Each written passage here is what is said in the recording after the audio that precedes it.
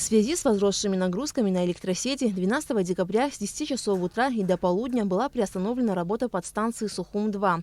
На это время без электричества остались жители нового района, Маяка и сел Нижняя Ишера и Ачадара.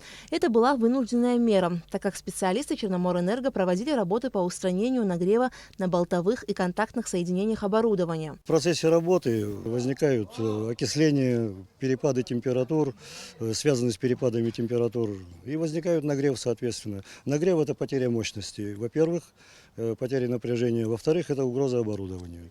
В данном случае на этой подстанции обнаружено около 8 дефектов, которые требуют быстрого устранения во избежание последствий. Нашей службой производится предварительный тепловизионный контроль, печатаются термограммы, на основании которых выполняются работы. То есть устраняются все выявленные дефекты. Энергетики регулярно проводят работы на всех подстанциях в шинно- и секционно-разъединителях по устранению нагрева на контактных соединениях. Но специалисты предупреждают, что профилактических работ будет недостаточно.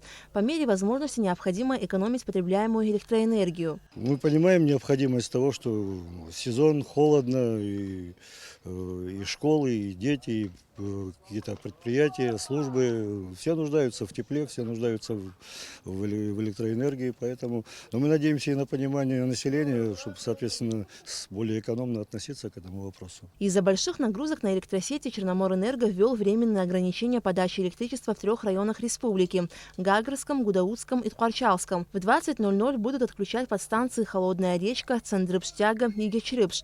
В 21:30 подстанции Пицунда и Алахадзых. А в 21 час без напряжения останутся подстанции Мысра, Мысратяга, Гудаута, Гудаута-Тяга и подстанция Ткачал-Грэс. Отключение электричества будет осуществляться на 30 минут. Аля Катрабш, Алексей Гухава, Абхазское телевидение.